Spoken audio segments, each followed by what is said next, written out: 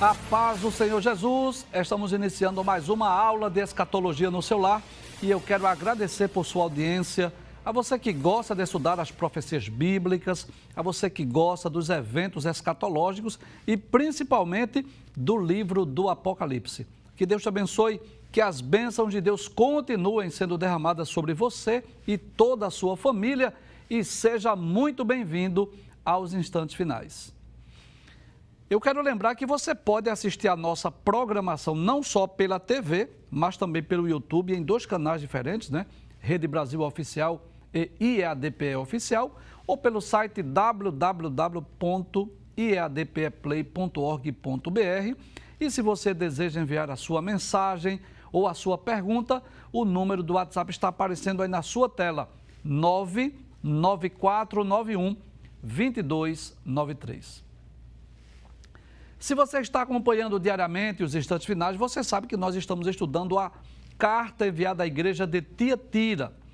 Nós já estudamos sobre a carta enviada à igreja de Éfeso, de Esmirna, de Pérgamo e estamos estudando a quarta carta.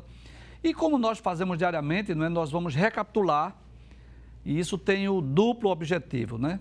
Para você que assistiu o programa, você possa rever, você possa relembrar, reforçar o aprendizado. E se por alguma razão você não pôde assistir o programa, você pelo menos tem uma ideia dos versículos que estudamos para que você possa acompanhar a sequência dos estudos, né, dos versículos que estamos estudando em cada uma dessas cartas. Então nós vamos recapitular a quarta carta enviada à igreja de Tiatira. Vamos lá, começando no versículo 18, nós já dissemos várias ocasiões que as cartas sempre são enviadas ao anjo da igreja, e esse anjo aí não é um ser angelical, mas o pastor, o líder da igreja. E para a igreja de Tiatira, Jesus se revela com três títulos diferentes, né? Primeiro, como Filho de Deus, e nós vimos aí que esse título, Filho de Deus, diz que Jesus tem a mesma essência, a mesma natureza do Pai. Em segundo lugar, Jesus diz que tem os olhos como chamas de fogo, aqueles olhos que tudo vê, tudo sabe, tudo conhece, e os seus pés são como latão reluzente, que fala do sofrimento do homem chamado Jesus. No versículo 19, nós vimos as muitas virtudes da igreja de Tiatira. É uma das que Jesus mais elogia. Jesus disse: eu conheço as tuas obras, o teu amor, o teu serviço, a tua fé, a tua paciência, e que as últimas obras são mais, em outras palavras, são maiores, em outras palavras, são melhores do que as primeiras. Então, a igreja de Tiatira, além de ter boas obras, além de ser uma igreja que amava, além de ter o serviço em prol do reino de Deus, além de se destacar pela sua fé, pela sua perseverança, era uma igreja que estava procurando melhorar. As últimas obras eram maiores do que as primeiras. No versículo de número 20, Jesus repreende a igreja. E nós podemos entender isso claramente, não é que Jesus sempre visava a santidade da igreja e Jesus elogiava as virtudes, mas sempre mostrava suas falhas, seus defeitos, né? Então, quando Jesus, a partir do versículo 20, Jesus começa a repreender a igreja, exatamente porque Jesus visava a santidade. Ele diz: tenho contra ti o tolerares que Jezabel, e nós já explicamos, né? Inclusive, nós falamos aí sobre a Jezabel do Antigo Testamento, a mulher do rei Acabe, e essa aí era uma outra Jezabel, possivelmente não era esse o nome dela, era um nome que Jesus, fictício, né, que Jesus deu, comparando com a Jezabel do Antigo Testamento. E esta mulher, que não era uma profetisa, ela se dizia profetisa, estava infiltrada na igreja, uma mulher com certeza de influência, e estava ensinando e enganando os servos de Deus para que eles se prostituíssem, comessem dos sacrifícios da idolatria. Em outras palavras, estava induzindo os crentes, os servos de Deus, ao erro, ao pecado. No versículo de número 21, nós vimos que essa mulher chamada Jezabel, ela rejeitou a oportunidade de arrependimento. Jesus diz: eu dei tempo para que ela se arrependesse, mas ela não se arrependeu. Então nós falamos aí sobre a longanimidade, a paciência de Cristo, e falamos também que Jesus sempre antes de exercer juízo, ele oferece o perdão, ele chama ao arrependimento. Por isso estava chamando não só Jezabel, mas os seus seguidores para o arrependimento. No versículo 22, nós percebemos aí, nós estudamos, que Jesus começa agora a exercer juízo, né? Julgamento, a decretar qual seria o castigo que seria dado a esta mulher chamada Jezabel e seus seguidores, né? Inclusive, nós dissemos que das 7 cartas é que Jesus é mais enfático em descrever a punição, o castigo. E quais seriam os castigos que sobreviriam sobre Jezabel e aqueles que estavam pecando com ela? Primeiro, Jesus diz, eu porei numa cama, falando exatamente de doença, de enfermidade. Segundo, Jesus disse que enviaria grande tribulação se não se arrependessem. E não só isso, passe para o texto, no versículo 23, Jesus diz, ferirei de morte a seus filhos, né? Então, Jesus é muito enfático no castigo, na punição que traria sobre a igreja de Tiatira, mais especificamente sobre Jezabel e seus seguidores, né? E qual era o objetivo do castigo? Nós vimos, todas as igrejas saberão que eu sou aquele que sonda as mentes e os corações. Então, isso ia servir de lição para outras igrejas, porque elas iriam saber que Jesus é amor, é misericórdia, é longânimo, mas também é justo e julga quando é necessário. Quando é necessário, ele pune, ele castiga. Ele mesmo disse, né? Eu repreendo e castigo a todos quanto amo. E vimos também que Jesus prometeu que daria a cada um segundo as suas obras.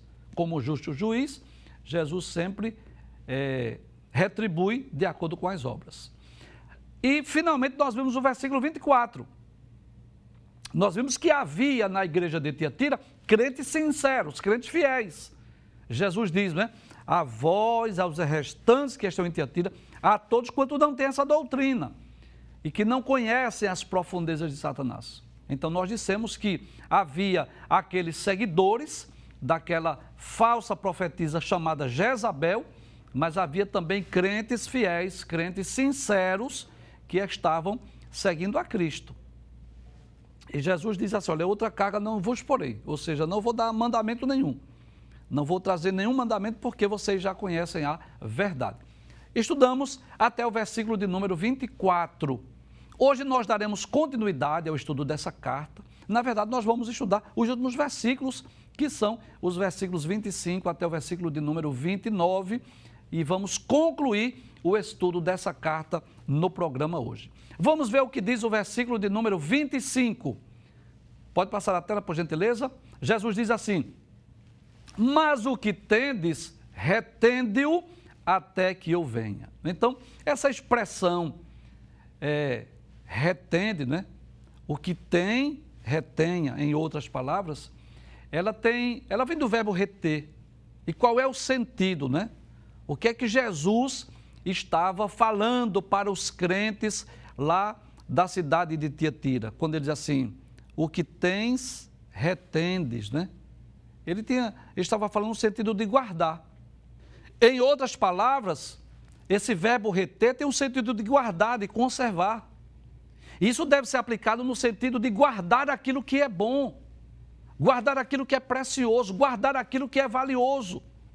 O que Jesus estava dizendo aos crentes fiéis de Tiatira é que eles não estavam precisando de nada de novo, nenhuma nova unção, eles não estavam precisando de uma nova visão ou de uma nova revelação, não. O que eles precisavam era guardar o que eles já tinham recebido. E nós vimos aí que a igreja tinha muitas virtudes. Se lermos, por exemplo, o versículo de número 19, você vai perceber isso. Quantas virtudes tinha essa igreja? Então, Jesus havia elogiado, por exemplo, as obras, o amor, o serviço, a fé, a paciência. Então, eram essas coisas que eles deveriam guardar. E lendo esse texto, né, nós podemos dizer assim, que é lamentável que muitas igrejas que se dizem cristãs, que se dizem evangélicas hoje, mas estão deixando de guardar a sã doutrina. Estão deixando de guardar os ensinos de Cristo e dos apóstolos para ir em busca de novidades. Você deve ter ouvido falar aí da unção do riso, do cair no espírito, de nova unção, de nova revelação, de novos métodos de crescimento e de tantos outros modismos que estão surgindo, né, em nossos dias. Mas eu posso dizer, à luz da Bíblia, eu posso afirmar que o que nós precisamos não é de coisas novas, não, de novidade, não. Nós não precisamos de modismo, nós precisamos guardar aquilo que nós já recebemos. Nós já recebemos a nossa salvação, nós já recebemos a palavra de Deus, o ensino de Cristo, o ensino dos apóstolos. Então, a base do cristianismo já está fundamentada nas páginas da Bíblia. E é isso que nós precisamos guardar. E é isso que Jesus estava dizendo para os crentes lá de Tiatira. O que tens, retende. Ou seja, guarda, preserve, conserve. Mas é interessante observar que Jesus diz até quando nós devemos guardar. Veja o que o texto diz. Ele diz assim, o que vocês têm, né? Abre o texto, por favor. O que tendes, em outras palavras, o que vocês já têm, guarde, retenha. Mas até quando, Jesus? Ele diz, até que eu venha.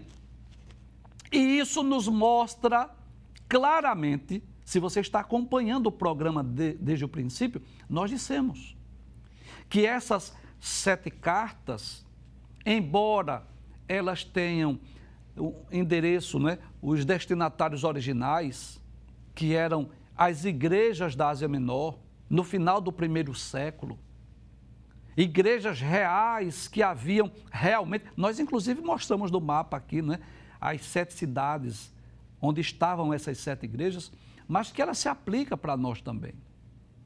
Há muitas verdades, há muitos ensinos, há muitas doutrinas que nós podemos extrair para as nossas vidas. Nós podemos aplicar às nossas vidas. Então, embora tenha os seus destinatários originais, que eram aquelas 7 igrejas, mas que Jesus estava falando para a igreja de todos os tempos. Olha uma prova aí. Ele diz que os crentes deveriam guardar até que eu venha. Então, isso nos mostra que a carta estava destinada não só para a igreja de Tiatira, mas para cada um de nós. Porque se fosse só para a igreja de Tiatira, aquela carta, Jesus não poderia dizer isso. Guarde até que eu venha. Porque já se passaram 2 milênios, os crentes já morreram. Mas essa mensagem se aplica também a cada um de nós. Em outras palavras, Deus, Cristo, o Espírito Santo está dizendo para nós, aquilo que você tem, a sua salvação, a sua coroa, a morada, a presença do Espírito Santo em você, guarde isso, preserve, conserve, guarde a doutrina, a palavra de Deus, é esse o sentido do texto. Vamos para o versículo de número 26, né? Aí ele diz, pode abrir a tela por gentileza, e ao que vencer e guardar até o fim as minhas obras. Então, observe, você sabe disso, né? Que em todas as cartas, né, Jesus faz promessas aos vencedores. Mas na carta à igreja de Tiatira, além da promessa, nós vamos perceber também uma exortação. Jesus diz assim, olha, ao que vencer e guardar até o fim as minhas obras. Observe, guardar até ao fim as minhas obras. Ou seja, não basta você ser um vencedor, você se considerar um vencedor, é preciso guardar até o fim as obras de Cristo. Em outras palavras, é preciso perseverar em seguir a Cristo, é preciso guardar a fé, é preciso guardar a palavra de Deus, guardar o amor, guardar as virtudes da vida cristã. Inclusive, é bom nós lembrarmos isso, né? Que existem pessoas que costumam pregar uma predestinação fatalista, que costumam dizer que o cristão, uma vez salvo, está salvo para sempre, que o crente não pode perder a sua salvação. Mas quando lemos a Bíblia, nós vamos observar que uma das condições para sermos salvos, para obtermos a nossa salvação, é perseverar até o fim, é continuar seguindo a Cristo. E esse texto nos mostra isso, né? aquele que vencer e guardar até o fim as minhas obras. Mas eu poderia ler aqui outros textos que nos ensinam essa verdade, né? Cremos em Cristo, recebemos Jesus como nosso Salvador pessoal, temos a certeza da salvação, guardamos a certeza que se Cristo voltar agora, nós seremos arrebatados, estamos salvos, a nossa salvação está garantida, porém, todavia, no entanto, é preciso vigiar, é preciso perseverar, é preciso continuar seguindo a Cristo, porque senão nós podemos sim perder a salvação. E eu vou deixar isso bem claro. O crente pode perder a salvação? Com certeza pode. Jesus disse, guarda o que tens, para que ninguém tome a tua coroa. Vamos ver, Apocalipse, capítulo 2, versículo de número 10.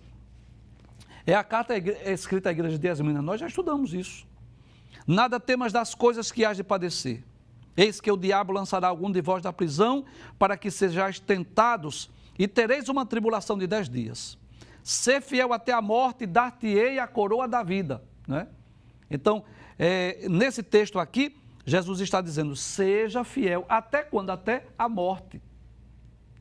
Ou seja, até a morte nós devemos ser fiéis. Por quê? Porque senão nós não vamos receber a coroa da vida. Eu gostaria de ler ainda outro texto, lá em Apocalipse, capítulo 3, versículo 11. Olha o que a palavra de Deus diz. Eis que venho sem demora, guarda o que tens, para que ninguém tome a tua coroa. Veja a possibilidade de alguém tomar a coroa. E ainda na primeira carta de Paulo aos Coríntios, lá no capítulo de número 10, você conhece esse texto, o versículo de número 12, a palavra de Deus diz assim, olha, aquele pois que cuida estar em pé, olhe, não caia. Se você ler o contexto, você vai perceber que Paulo estava fazendo um paralelismo aqui com a igreja e os filhos de Israel. Que da mesma forma que os filhos de Israel saíram do Egito com destino à terra de Canaã, a igreja saiu do mundo com o destino a Canaã celestial. Paulo faz esse paralelismo. E Paulo diz que embora os hebreus, né, tenham saído lá do Egito, tenham passado o Mar Vermelho, mas Deus não se agradou da maior parte deles, que eles prostraram no deserto. Né? Paulo traz essa palavra de advertência à igreja. E no versículo de número 12, que é o texto que nós lemos, Paulo diz, aquele que cuida estar em pé, como que diz assim, aquele que é salvo, cuidado para não cair, para não perder a sua salvação, para não perder a sua coroa. Voltando ao texto, versículo de número 26, ao que vencer e guardar até o fim as minhas obras, qual é a promessa? O que é que Jesus vai dar como recompensa a essas pessoas? Ele diz, eu lhe darei poder sobre as nações. E é claro que essa promessa diz respeito ao período do reino milenial. Nós estaremos reinando com Cristo durante 1000 anos aqui na Terra. Nós já estudamos esse evento, nós passamos várias semanas, temos vários programas no YouTube onde nós explicamos sobre esse evento, que é exatamente o reino milenial de nosso Senhor Jesus Cristo. Então, você pode conferir aí da playlist do YouTube. Então, observe que Jesus deixa bem claro que aqueles que guardarem até o fim as suas obras, ele diz, eu vou dar poder sobre as nações. E é claro que Jesus não estava falando na presente era. Jesus não estava dizendo que naquele período os crentes de Tiatira teriam poder ou domínio sobre as nações. Não, estava falando de um período futuro.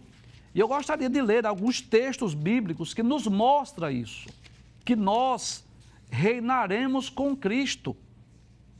Vejam o que Paulo diz na sua segunda epístola a Timóteo, no capítulo 2, versículo de número 12. Ele diz, se sofrermos, também com ele reinaremos.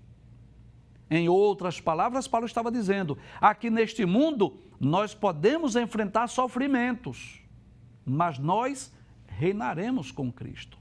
Lá no livro do Apocalipse, capítulo 1, versículo de número 6, naquela introdução do livro, veja o que a palavra de Deus diz, Apocalipse 1 e 6. E nos fez reis e sacerdotes. Com certeza isso estava se referindo ao futuro, ao período em que Cristo estabelecerá o seu reino aqui na terra e nós estaremos reinando com ele. Esse é o sentido, né, do termo, né, desse texto, eu darei poder sobre as nações. No capítulo 20, versículo 4 do livro do Apocalipse, inclusive eu quero lembrar da importância de você estar com a sua Bíblia, ou se você não tem, anote aí os versículos para que você possa comprovar. Apocalipse, capítulo 20, versículo 4. É claro que aqui vai falar dos mártires, né, da grande tribulação, que hão de ressuscitar, mas veja o que diz o texto. E vi tronos e assentaram-se sobre eles aqueles a quem foi dado o poder de julgar. E vi as almas daqueles que foram degolados pelo testemunho de Jesus e pela palavra de Deus, e que não adoraram a besta nem a sua imagem, e não receberam sinal na testa nem na mão. E viveram e reinaram com Cristo durante 1000 anos. Então, é esse o sentido quando Jesus diz, eu lhe darei poder sobre as nações. Em outras palavras, Jesus estava prometendo aos vencedores, eu vou reinar sobre a terra e vocês reinarão comigo. Vamos para o versículo de número 27. Como será esse reino? Como será esse reinado? Que tipo de autoridade é essa? Jesus vai dizer, e com vara de ferro as regerá, e serão quebradas como vasos de oleiro. Então, esse texto aí, quando nós lemos, nós precisamos compreender que reger as nações com vara de ferro não deve ser compreendido, não deve ser visto como um regime autoritário, ditatorial, cruel, de forma alguma. Nós já estudamos sobre o reinado milenial de Cristo, e nós dissemos aqui que é um reinado de paz e de justiça. Então, o sentido aí é que haverá justiça. Jesus, o justo juiz, vai julgar com justiça. E quando houver necessidade, ele vai castigar os ímpios. Por exemplo, na sua vinda em glória, na ocasião que Cristo descer sobre as nuvens do céu com poder e grande glória, para implantar o milênio. Ele vai castigar, ele vai punir as nações que estiverem guerreando contra Israel. Nós já estudamos sobre isso. E nós podemos citar aqui vários textos bíblicos que nos mostram, né, que Jesus vai punir, vai castigar os ímpios. Jesus, o justo juiz durante o milênio, estará reinando com justiça. E nós já dissemos aqui, Satanás vai estar preso, mas a maldade no coração do homem permanece. Então, aqueles que fizerem aquilo que não agrada a Cristo serão punidos, serão castigados. Os ímpios, os pecadores, durante o milênio, Cristo vai exercer juízo imediatamente. É esse o sentido de reger as nações com vara de ferro. É no sentido de não ditatorial. Não é aquele governo cruel, não é nesse sentido, mas é com justiça. Vamos ver alguns textos? Lá no Salmo de número 2, versículos 8 e 9, que é um salmo messiânico que fala sobre Cristo. Veja o que o texto diz assim. Veja o que o texto diz. Pede-me, e eu te darei as nações por herança e os confins da terra por tua possessão. Isto é um salmo messiânico, aplica-se a Cristo. Veja o versículo 9. Tu, pois, os esmigalharás com uma vara de ferro, tu os despedaçarás como a um vaso de oleiro. Veja a semelhança desses dois textos, viu?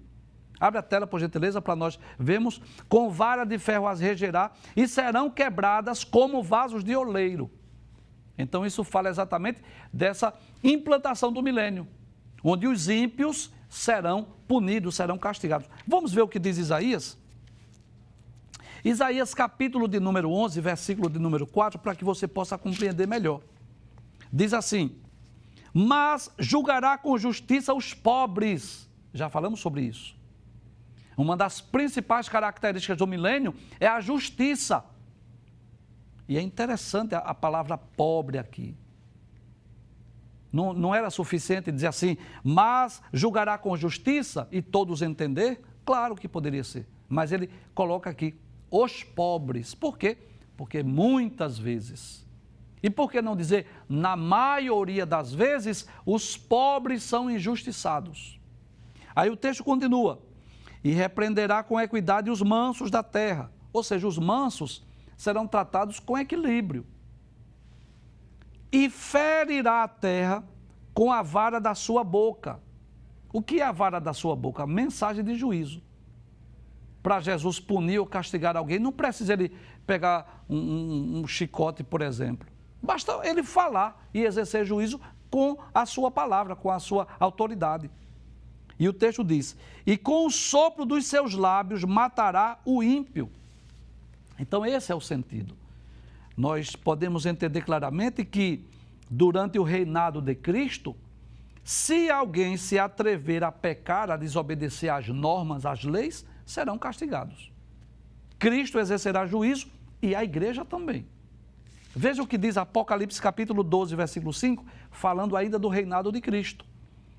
E deu à luz um filho, um varão, que há de reger as nações com vara de ferro. Então, esse texto é aquele texto que fala da mulher vestida de sol. Então, aquela mulher que estava grávida, que é Israel, com ânsia de dar à luz, deu à luz o quê? Um filho, um varão, que há de reger as nações. De que forma? Com vara de ferro. E ainda lá em Apocalipse, capítulo 19, o versículo de número 15, a palavra de Deus diz assim, e da sua boca saía uma aguda espada para ferir com ela as nações e as regerá com vara de ferro. Veja que coisa interessante. As regerá com vara de ferro e ele mesmo é o que pisa o lagar do vinho do furor da ira do Deus Todo-Poderoso. Então Cristo vai reinar de que forma? Com vara de ferro. Punindo, castigando os ímpios, os pecadores. E a igreja, veja o que é que diz a promessa, vamos voltar para o texto. E com vara de ferro as regerá, isso é Cristo dizendo para os vencedores, que eles vão reinar e vão reger com vara de ferro. E as nações, os ímpios, os pecadores serão quebrados como vasos de oleiro. E ele diz, como também recebi de meu Pai. Então, da mesma forma que Jesus recebeu de Deus essa autoridade, ele dará aos seus servos. E ele diz ainda, e dar-lhe-ei a estrela da manhã. Então, Jesus promete dar aos vencedores, aos seus servos fiéis, a estrela da manhã. E possivelmente você ficou perguntando, né? Qual é o sentido? É claro que você sabe disso, que o Apocalipse é um livro simbólico, há muita simbologia. Então Jesus não estava dizendo simplesmente que vai dar uma estrela para você. Mas vamos ver em Apocalipse capítulo 22, versículo 16, o que é ou quem é a estrela da manhã? Veja o que diz. Diz assim, eu, Jesus, enviei o meu anjo para vos testificar essas coisas nas igrejas. Eu sou a raiz e a geração de Davi, a resplandecente estrela da manhã. Então, eu posso dizer que Jesus estava prometendo aos vencedores dar quem? Ele mesmo. Porque Jesus diz que ele vai dar a estrela da manhã. E quem é a estrela da manhã? O próprio Cristo. Então eu posso dizer que para os pecadores, quem é Jesus? A luz do mundo. Para Israel, quem é Jesus? O sol da justiça. E para a sua igreja, quem ele é? A resplandecente estrela da manhã. E lendo esse texto, eu me lembrei dos apóstolos. Eu me lembrei do apóstolo João, que teve o privilégio de seguir a Cristo, de ser um dos 12, que teve o privilégio de andar com Jesus durante o seu ministério, de ver os milagres, de ouvir os seus sermões. E quanto não foi doloroso para João ver o seu mestre crucificado, pendurado na cruz. Como não foi doloroso para João e os demais apóstolos ver o seu mestre, aquele que só fez o bem, crucificado. E Jesus apareceu, né? Ressuscitou ao terceiro dia, por 40 dias ainda apareceu muitas vezes aos discípulos, dando provas evidentes, para não deixar dúvida alguma que ele havia ressuscitado, Jesus aparece várias vezes aos discípulos, em várias ocasiões distintas. Mas depois de 40 dias, após a sua ressurreição, o que acontece? Jesus é assunto aos céus. João, nessa época, já estava aí com... Já era o ano 96, não sabemos a idade dele, mas já era o ano 96, já era cristã. Já havia aproximadamente passado 60 anos que Jesus havia sido assunto aos céus. E João agora recebe essa promessa, né? O que é que os salvos vão receber? Eles vão receber a estrela da manhã. Quem é a estrela da manhã? O próprio Cristo. Vamos morar com Ele, vamos habitar com Ele, teremos a presença dEle por toda a eternidade, para nunca mais nós nos separarmos. É este o sentido do texto. Dar-lhe-ei a estrela da manhã. O maior galardão, não é, que nós podemos receber, nós já dissemos que é a nossa salvação. E esta salvação está inclusa o quê? A nossa eterna morada no céu, a nossa eterna morada na Nova Jerusalém, e com quem nós habitaremos? Com o Deus Trino. Inclusive com Cristo, a estrela da manhã.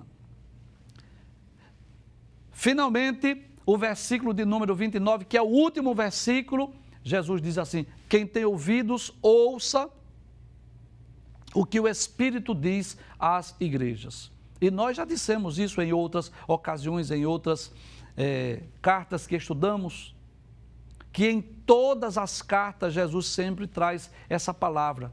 Quem tem ouvidos, ouça o que o Espírito diz às igrejas. Então, o mesmo Espírito Santo que esteve falando com os crentes lá da igreja de Esmirna, de Pérgamo, de Tiatira, de Éfeso, de Laodiceia, enfim, é o mesmo Espírito que continua falando conosco hoje. É claro que você sabe disso. Não significa dizer que toda a mensagem que foi endereçada à igreja de Tiatira, ou de Éfeso, ou de Pérgamo, se aplica para nós. Claro que não. Mas que nós podemos aprender com as virtudes e com as falhas dessas igrejas. Então, todas as virtudes da igreja de Tiatira, que foi a última carta que nós estudamos, a fé, o amor, a perseverança, o fato de as suas últimas obras serem maiores do que as primeiras, o que é que o Espírito Santo está falando conosco? Ele está dizendo, faça o mesmo, pratique o mesmo. Que você seja, nesse aspecto, nesse sentido, que você seja como a igreja de Tiatira. Que Cristo possa elogiar o teu trabalho, o teu serviço, o teu amor, a tua fé. Que Cristo possa dizer para nós que as nossas últimas obras são maiores, são melhores do que as primeiras. Mas eu posso também fazer uma outra aplicação. Que aquelas falhas, que aquelas aqueles defeitos da igreja, o fato de a igreja permitir ser influenciada por uma falsa profeta ou profetisa, uma mulher que não era profetisa, mas que se dizia ser profetisa, que estava enganando, induzindo os servos de Deus ao pecado, induzindo a igreja à prostituição, a comer as carnes que eram de animais oferecidos aos ídolos, e a igreja estava se deixando influenciar. E o que é que o Espírito está dizendo para nós? Qual é a mensagem de Cristo para nós hoje? Que nós não devemos deixar nos influenciar por profecia, principalmente se ela estiver fora do contexto, do padrão, do modelo, do ensino bíblico. Nós dissemos isso em programas anteriores. Nós devemos julgar não o profeta, não a profetisa, mas a profecia. É um dever nosso. Se esta profecia, se ela vem de Deus, ela deve estar de acordo com a palavra. Se ela vem de Deus, é uma profecia que vai se cumprir. Se ela vem de Deus, ela jamais irá induzir a igreja ao erro ou ao pecado. Então, é isso que o Espírito Santo diz às igrejas, não é? Então, nós podemos fazer essas aplicações, extrairmos essas lições para as nossas vidas. Nós vamos a um breve intervalo e voltamos dentro de instantes. Até já.